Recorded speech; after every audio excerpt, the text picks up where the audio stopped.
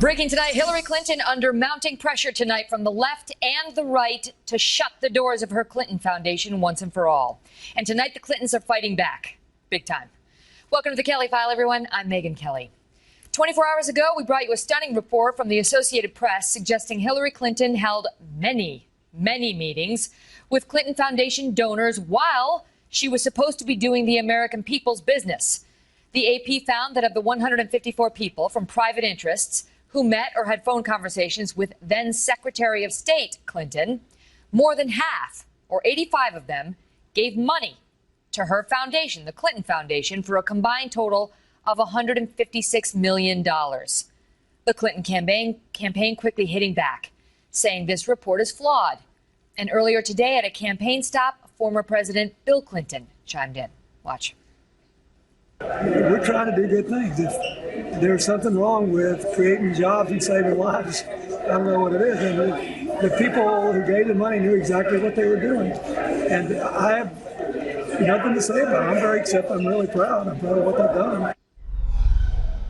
We begin tonight with our chief intelligence correspondent, Catherine Herridge, reporting from Washington. Catherine? Again, tonight, the Associated Press is standing its ground after Hillary Clinton's team tried and failed to get a correction. The Clinton campaign complained on the morning shows that this AP tweet was unfair, not accurate, and based on limited information. By our count, there were over 1,700 other meetings that she had. You know, she was Secretary of State. She was meeting with foreign officials and government officials constantly. So to pull all of them out of the equation, cherry pick a very small number of meetings is pretty outrageous. And the White House defended Clinton, telling reporters that even before she became Secretary of State, there was a transparency agreement to ensure that the ethics requirements that are in place went above and beyond those guidelines that are set by law. But the Associated Press says their reporting is based on documents released by a federal court after they had to sue the State Department, and it took 3 years for the AP to get the Clinton schedules that showed the foundation donors, and it made sense to analyze meetings outside her regular government duties as secretary. Quote, this reporting was done by the same AP investigative team that discovered Mrs. Clinton's private email server, and whose reporting last week resulted in the resignation of Donald Trump's top campaign strategist. Megyn? Catherine Herridge, thank you. In just a few moments, we're going to speak with Congressman Tery Gowdy, who just got back from Capitol Hill, where he personally reviewed some of the FBI's documents from its investigation into Hillary Clinton's private email server. He'll tell us what he found. But first, we are joined by Roland Martin, host and managing editor of TV One's News One Now. Roland, great to have you on the program. Thank you for being here. Great to be here. So what do you make of this, of the Clinton Foundation? As we're just looking through the publications today, USA Today, Boston Globe, New York Post, Detroit News, Daily Beast, all saying this thing ought to be shut down at a minimum if she wins. Well, first and foremost, if she wins the presidency, you will have her as president. You will have former President Bill Clinton serving as first husband, if you will. I do believe what they should do is transition out of business because even though they've done phenomenal work, you're now the commander-in-chief. You're now the leader of the free world. And so, look, I sit on a group of 50 CAN education group, Students First. We merge transferred assets. And so you can do that. You can partner with an existing NGO to do the work. But do you think it's shady now? What do you think of the existence of it now? Laura Ingraham was on Fox earlier calling the Clinton Foundation a machine for influence peddling. She's suggesting that they use it. They use it to sort of, to get donations. They use her power as Secretary of State to sort of convince people to donate to their foundation. Well, first of all, I would disagree with that because let's keep in mind, she's a former first lady. She's a former United States senator. I think she probably has a hell of a lot more relationships, even if she wasn't Secretary of State. And the reality is the work that they're doing as an NGO across the world is critically important. You have President Jimmy Carter, who probably comes closest to having his own organization that does work around the world. It's very rare to, frankly, have a former president that has this type of entity. So I would say Laura is absolutely wrong. She certainly has an axe to grind here. I don't. The bottom line is here, they do good work. But I do believe what the Clinton folks have to understand is it's not not simply just a question of what took place in meetings. It's also the appearance. And so I think one of the things that they should do, and they really should do this, they should say after Labor Day, they are going to suspend accepting any funds into the foundation because you're in the middle of a presidential campaign. I believe be far more proactive as opposed to reactive. That's what the Clintons should be doing. Roland, do you like her? I know that you're a big supporter of President Obama's. What do you think of her? I've met her. She's a nice woman. I've been critical of her, just like I've been critical of the president. Last time I interviewed him was 7 years ago, so it's not like we've been buddy-buddy. But again, just like anybody who's in political office, I have a very simple philosophy, Megan. If you do good, I'll talk about you. If you do bad, I'll talk about you. At the end of the day, I'll talk about you. Before I let you go, because that was a great sign-off, but I have to ask you, are you open-minded to Donald Trump?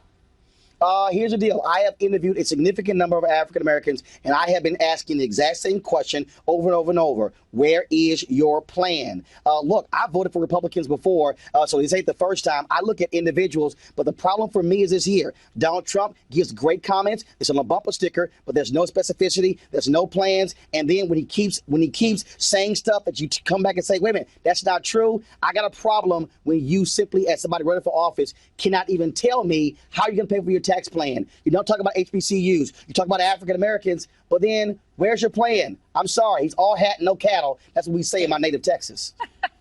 Roland, great to see you. Thanks for being here. Likewise. Thanks a lot. Joining us now on a Kelly File exclusive, South Carolina Congressman Tery Gowdy, the former chairman of the Select Committee on Benghazi. Great to see you, sir. So today you had an interesting day taking a look at some documents that the FBI had prior to you getting a look at them. Did you find anything particularly interesting about these documents that Hillary provided the FBI? Yes, ma'am. Keep in mind, one notebook were the classified emails that she handled so negligently. The other notebook are the witness interviews, the summaries, what we call 302s. My number one takeaway, Megan, is there's no reason in the world you could not and should not be able to look at the same witness interviews that I had to go to Washington and look at in a classified setting. You and your viewers should be able to read summaries of these witness interviews. The second takeaway is a lot of the FBI's time and attention was spent debunking and refuting these fantastically false statements that Secretary Clinton made at the inception of this email story. And the third takeaway, remember, Director Comey said that he could not indict, did not have a realistic probability of a successful prosecution on the issue of intent. So I looked to see what witnesses were questioned on the issue of intent, including her. And I didn't see that many questions. Let's go back to number two. Issue. Let's go back to the second point, which is how much time they had to spend debunking what you say were lies or falsehoods that she told. What do you mean by that? Oh, even something as seemingly innocuous as us referring to Sidney Blumenthal as her advisor. Remember, she got really upset when we used that term. You'll never guess which term the FBI used when they described Sidney Blumenthal and his relationship to her. He was interviewed.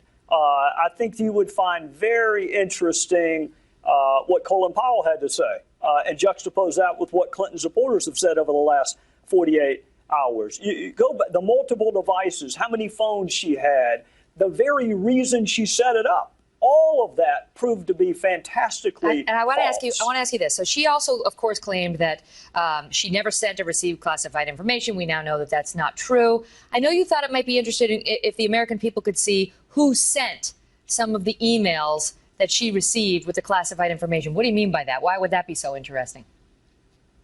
Well, right now, even Congress can't see the identities of them. They are so classified that even a congressman in a skiff with no telephone, no iPad, no notes, cannot even see who the author or the originator of that email string was.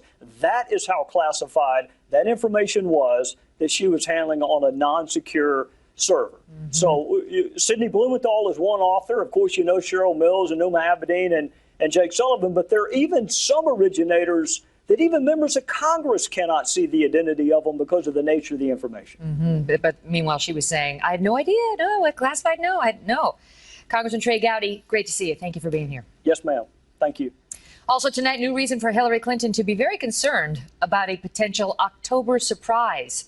The fugitive founder of the controversial group Wikileaks is here in an exclusive interview on the information he holds and what it may mean for Mrs. Clinton. Don't miss Julian Assange.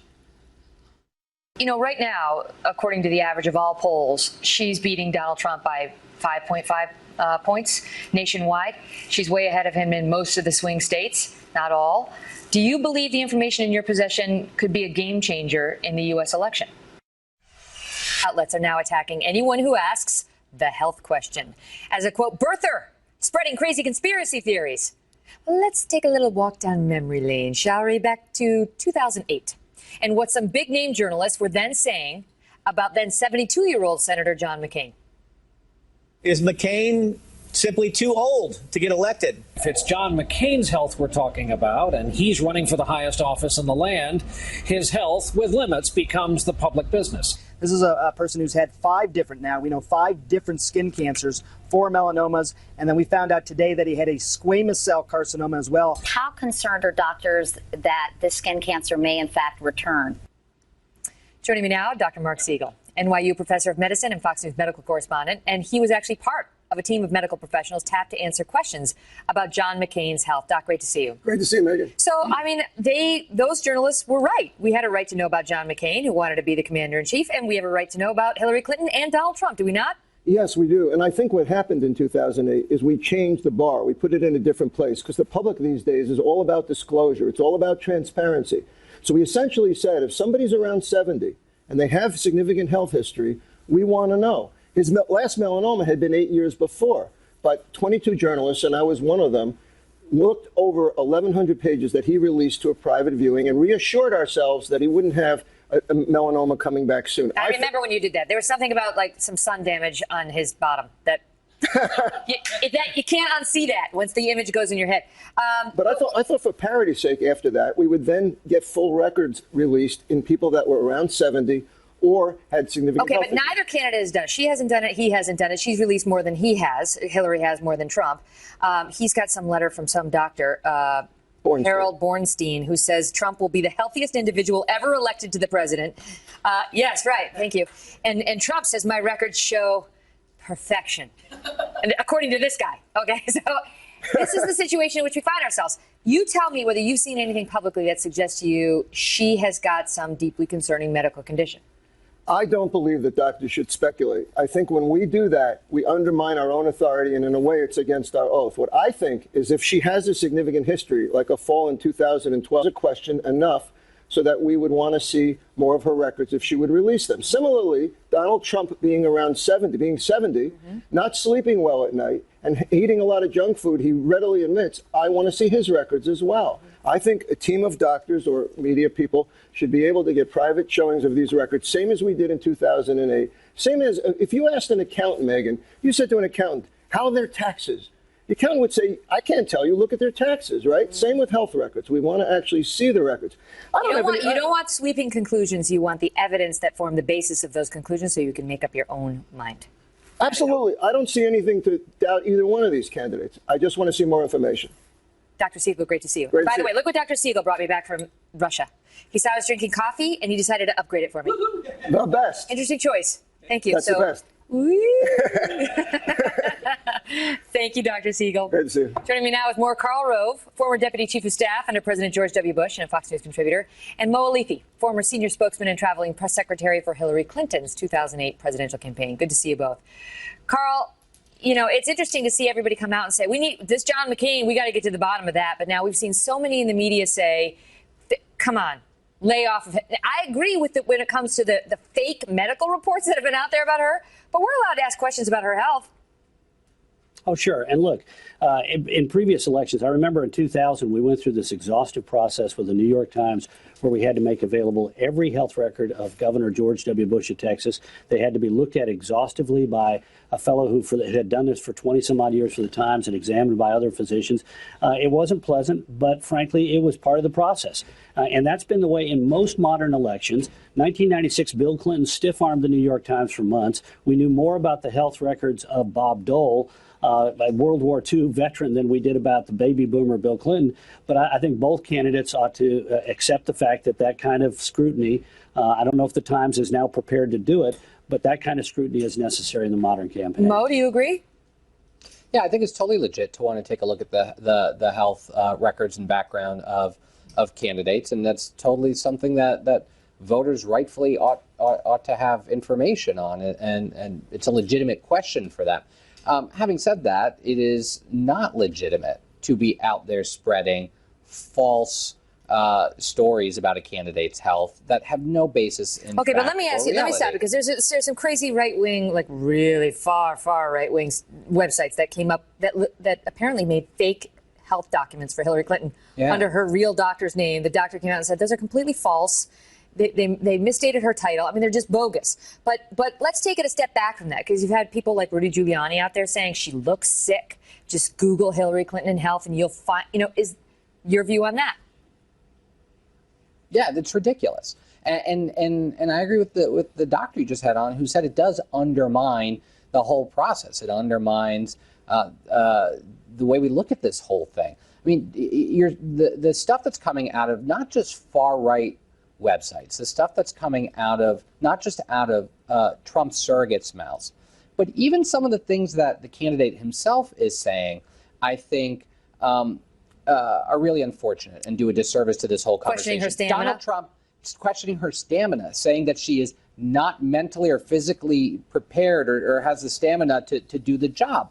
You know, look, Donald Trump, you got a problem with Hillary Clinton. You have an issue with Hillary Clinton. You have plenty of issues to differentiate yourself on. Do it that way. Carl, but to manufacture something about her health. Part of what's going on here, Carl, you tell me, is that there have been questions, in particular after she had that concussion and she had the glasses on for the double vision, and some of the comments that were made back then that raised real questions about what had actually happened to her then.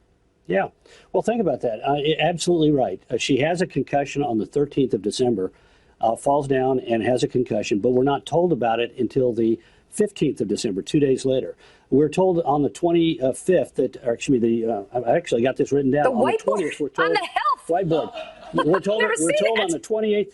We're told on the 28th of December that she's going to be back to the office next week.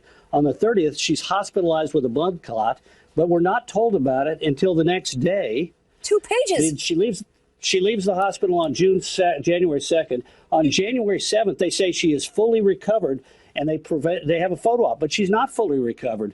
On the 23rd of January, 2013, she shows up at the Benghazi hearing wearing Fresnel prism glasses that help people who've suffered a concussion or traumatic brain injury get their vision right. She appears on 60 Minutes interview with President Obama, again with the glasses. It takes it over 2 months for her to get rid of the glasses. In fact, the next year, her husband, Bill Clinton, says it was terrible. The concussion required 6 months of very serious work to get over. That's what he admitted a year later. So, when people have it, I remember when President Bush ate the pretzel and collapsed, we had to make every record available. We had to provide doctors in extremis to the press. And when she misled the American people, or people on her behalf misled the American people about the seriousness of that concussion, it does create some doubts. Now, I'm separate that from the arguments that Trump makes about her, can she, as she up for the rigors of the presidency? People have made that argument back to John Adams and Thomas Jefferson. Okay. So that's in politics, but both of these people ought to come clean with all their records. Mo, would you like to respond to the triple whiteboard? I didn't hear it all over the sounds of the black helicopters that I think were flying by the window here. He's coming after you. What I think I did hear, though, was Carl repeating many of the things he said back in the day that he actually had to walk back because a lot of it wasn't right and wasn't true. And this is what I'm talking about. This is absolutely true. The president, the Secretary of State, allowed her people to mislead the American people about the seriousness of her concussion.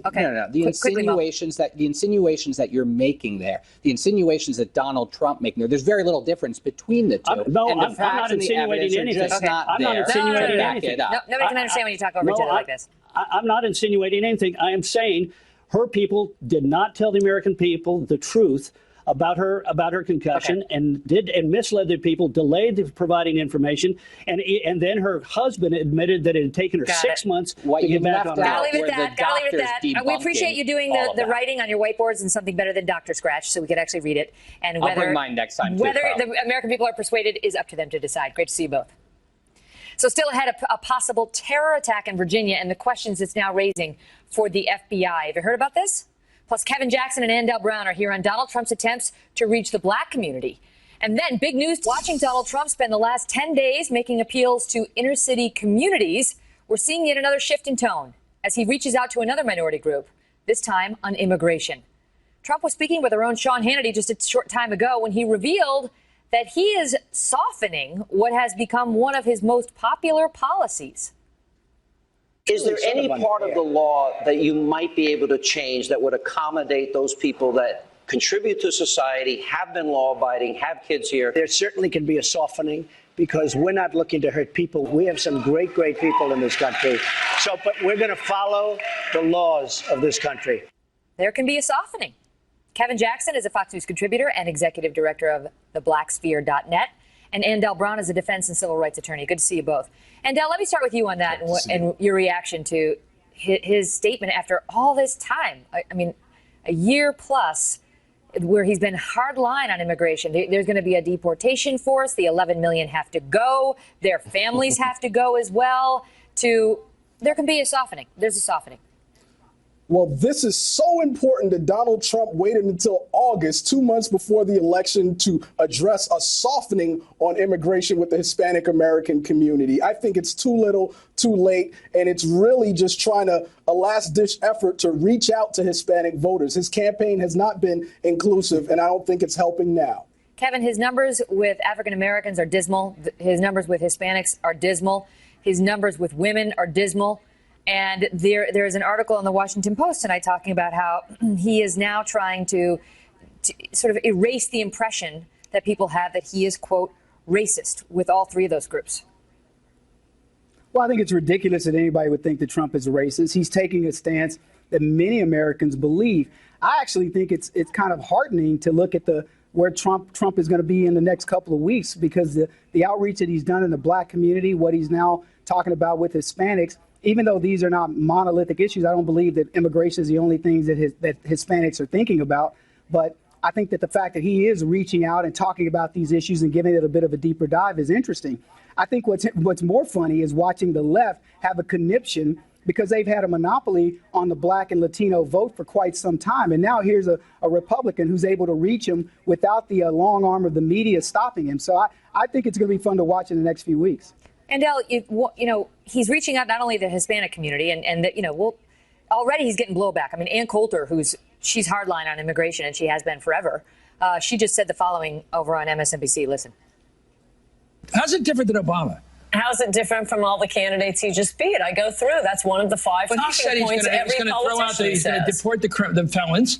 Well, it's very different from the actual policy, but they all say that, and it just sounds very consultant to me. This could be the shortest book tour ever if he's really softening his position on immigration. She's on a book tour. She's basically saying, I don't want to see that. And the question is whether this might erode some of his core support with that base he's done such a good job of cultivating. Actions speak louder than words. And when it comes to African Americans, black women are the leading group when it comes to college enrollment in this country. Black men not that far behind, both ahead of Trump's base of white males. We are more than poverty, crime, and violence. And that seems to be all Trump can address when he's talking about black people. We're not lining the gutters of America waiting for Trump to save us. We're doing fine and we're making progress on our own. He needs to have a better pitch than "you're doing so bad, how much worse can it get?" We need him to tell us what he's going to do and to address Kevin, the issues. He's referring to the fact that Trump came out yesterday and said, "What the hell do you have to lose to the black community? Like, come with me, vote for me." But you got to give him some credit for reaching out to these groups, do you not? I mean, he's struggling with African Americans and with Hispanics. No, Megan, but he's trying. Megan, great soundbite. Great soundbite for Trump to say participation trophy. To say that because he's exactly right. He's exactly right. The Democrats have effectively ruined the black community. We could look. There's a lot of things going on that are great in the black community. The problem what is he going to do only to a fix handful it? of them That's are getting the question. it. And the problem is that when you talk about things like black neighborhoods, you shouldn't even be saying things like black neighborhoods, black schools. We all know what that implies. These are the worst of the worst. When we look at criminality, when we look at jobs, all of it is bad. It's all under Obama, and it's all in big cities run by Democrats. So Trump is exactly right to bring this to the fore. Because you know what? Democrats believe that blacks are the sacred cows that are going to come to the barbecue and eat like everybody else. It's time we barbecue the sacred cows, and Trump is actually making an impact. Well, and I will tell you, the internal polling we're told in the Trump People look campaign like the shows worst that of the he's got worst an is what Trump opportunity. is about, and he's appealing to a different base. He doesn't care about black people's votes. Well, or their the issues. internal polling appears to show that there's some room with the African-American voters because many are dissatisfied with the Clinton policies on crime from the Bill Clinton administration. I got to go. Great to see you both. So the key question in this race is this. With 76 days left, 76, can you believe that? I know. And Hillary Clinton holding a lead in the swing states. What does 75 days from the election, Hillary Clinton is maintaining her 5+ point lead over Donald Trump in the average of all national polls. But in battleground North Carolina, the candidates are locked in a virtual tie. That has not stopped Trump's campaign manager, Kellyanne Conway, however, from saying that the surveys aren't really telling the whole story. Why? So-called undercover Trump voters. We're hearing more and more of this. Joining me now to discuss it, Tucker Carlson, editor-in-chief of the Daily Caller, Kristen Soltis Anderson, Republican pollster and Washington Examiner columnist, and Ben Domenech, publisher of The Federalist. So what Kellyanne is saying, and we've heard this from a few Trump supporters now and campaign operatives, is there's the undercover voter who doesn't want to tell the pollsters that they're in Trump's camp because a social stigma has been attached to being a Trump voter in her mind. And so he's underpolling what he really is how he's really going to perform. Tucker, do you buy it? I mean, there's probably some truth in it. I think it's a pretty slim hope to hang a campaign on. On the other hand, we just saw a pretty clear example of this in late June in Great Britain with the Brexit vote. So the night before the Brexit vote, the stay side, the anti-Brexit forces, were 4 points up in the polls. They won by 2. So that's a 6-point shift in 24 hours. The betting markets, which traditionally are pretty accurate because actual money's at stake, had it 90-10 stay leave. The demographics were pretty similar to what we're looking at now. People who supported stay were the finance community, ethnic minorities, and young people. And I think what happened was a lot of those people didn't vote in the numbers that the leave people voted in. So that's not a crazy comparison, actually. If it gets tight, I think that could be real. What do you think, Kristen? In the primaries, there was a big difference between how Trump performed in calls where you had a live person asking someone over the phone, who are you voting for? And some of these surveys where it was online, where you're not saying to an actual person who you're voting for. Trump tended to do a little bit better in those surveys. But here in the general election, we're not seeing that same kind of divide. You know, as Tucker mentioned, there have been cases in the past where we have what we call social desirability bias. People think they've got to give the right answer on the phone, but it doesn't make up for the kinds of margins that we're seeing Trump down by in some of these key swing states. So I think to the extent that there are any missing Trump voters, there's also the chance that there are voters that are Democratic voters who get missed because they're hard to survey. Maybe they don't have landline phones and such. So there's a chance the polls could be off a little bit either direction. It is slim hope to hang a campaign on. Ben, the Weekly Standard's Jonathan Last tweeted out, if Trump's actually winning, or basically suggesting if he's got all these voters who are prepared to vote for him, but we don't know about him, then why did he reorg his successful campaign operation? Absolutely. That's something you'd have to ask. I mean, it's one of these situations where, to Tucker's point earlier, if Donald Trump was able to make this close, if he was able to become more acceptable, more socially acceptable as a choice, I think that you would see much tighter numbers in all of these states. I think you'd be seeing him doing a lot better. I think the problem is that he's run through the course of what people know about Trump now. He's very much a settled proposition. People know who he is. And I think that these types of claims that there is some great mass of people out there who want to vote for Donald Trump and just haven't been willing to say that to a pollster, that's just too much of a reach at this point. But now he is trying to mix it up, Tucker. I mean, clearly the shift on immigration is an attempt to bring more people into the fold and banking on his long-held belief that not a single one of his core supporters will leave no matter what he does or says. Right. And that may be true. I do think it's a mistake to finesse a policy that hasn't been laid out yet, which is in effect what he's doing. I mean, look, the Brexit people won under the leadership of Nigel Farage because they articulated really clearly what it was about. And what it was about was democracy in action. He was making the case that, look, a small group of people make all the decisions in this country. It's supposed to be a democracy. It's not. And now is your chance to make your voice heard on behalf of borders and sovereignty and acting on behalf of your own country. That's a really powerful message. That's in effect what Trump is saying, but he's not saying it explicitly enough. I think if he were to shift to that and stop with this dumb, well, you know, maybe a deportation force, maybe not. No. Big picture. Stick to the big picture. And I actually think even at this late date, he could pull it out. What about, like, is Trump optimizing his schedule? I mean, what was he doing in Mississippi tonight? Yeah, this is one of the big challenges that I see the Trump campaign really needs to readjust to is there are a handful of states that are going to decide this presidential election. We can talk about the national polls and is Trump up or down? You know, is he down by 5 right now, down by 6? But it's really all about states like Ohio, states like Pennsylvania, like Virginia and Florida. And the Obama campaign in 2012 really focused on optimizing not just what state President Obama was going to travel to for campaign rallies, but what county in those states, and use data to decide what is the best way to optimize every hour of that candidate's time. And it seems to me that Donald Trump is really good at building a fan base. He's good at going places where he can get excited rallies, but that's not the same as putting together the electoral votes to be president. Ben, quickly, the debates, how big a factor? I think the debates could be a huge factor. The problem really is that in Donald Trump's case, you have to assume a campaign that doesn't really exist yet in terms of the people on the ground who could exploit a good performance in those debates and actually bring people into the fold, especially in those critical states that Kristen just mentioned. Great to see you all. Good to be with you. Up next, Ben Shapiro with the story of the college campus now running the Stop White People trade at the State University of New York at Binghamton tonight. Resident advisors there being offered an optional training course called Stop White People 2K16. Supposedly this is diversity training, but some say it's actually racist. Ben Shapiro joins me now, an attorney and editor-in-chief of the Daily Wire, which broke this story. Ben, good to see you. What's this about? So basically, there was a resident assistant program, a training program. 40 to 50 RAs attended it, and the goal was to teach all of these RAs how to deal with white privilege and all of the racism inherent on the campus, to explain that reverse racism didn't really exist, and to correct the misconceptions of all of what the undereducated people who think things like white privilege is a buzzword for leftism, and that people should actually be treated equally without regard to their race. So, this is just plain leftist politics under the guise of re-education by a bunch of residence assistants. The university says, of course, that they had nothing to do with the content, but they assured everybody that retroactively there was nothing really objectionable. They were just using the term "stop white people" facetiously. It was a joke. Stop. I mean, can you imagine if there was a program like Stop Black People? The reaction that we get at a state, at a publicly funded university? Yeah, I mean, the whole thing is absurd, of course. I mean, if you even try to give a lecture sponsored by a group on campus that has anything to do with race, there's a good shot that you'll be protested and shut down. Yeah, as you know, firsthand.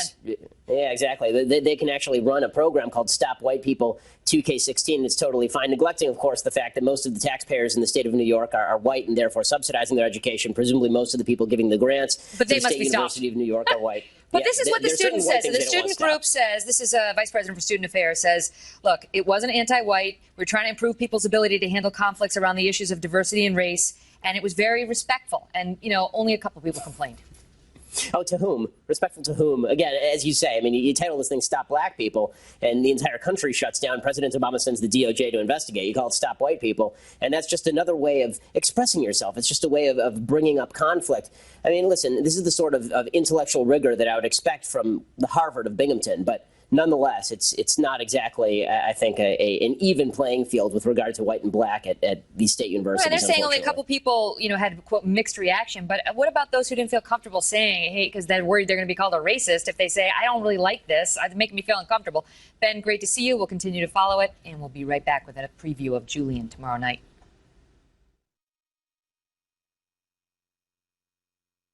Tune in tomorrow for part 2 of our interview with the founder of Wikileaks, set to release, quote, significant new leaked information about Hillary Clinton. And watch his response when I ask him about who leaked these documents to him and whether the leaker was murdered in July.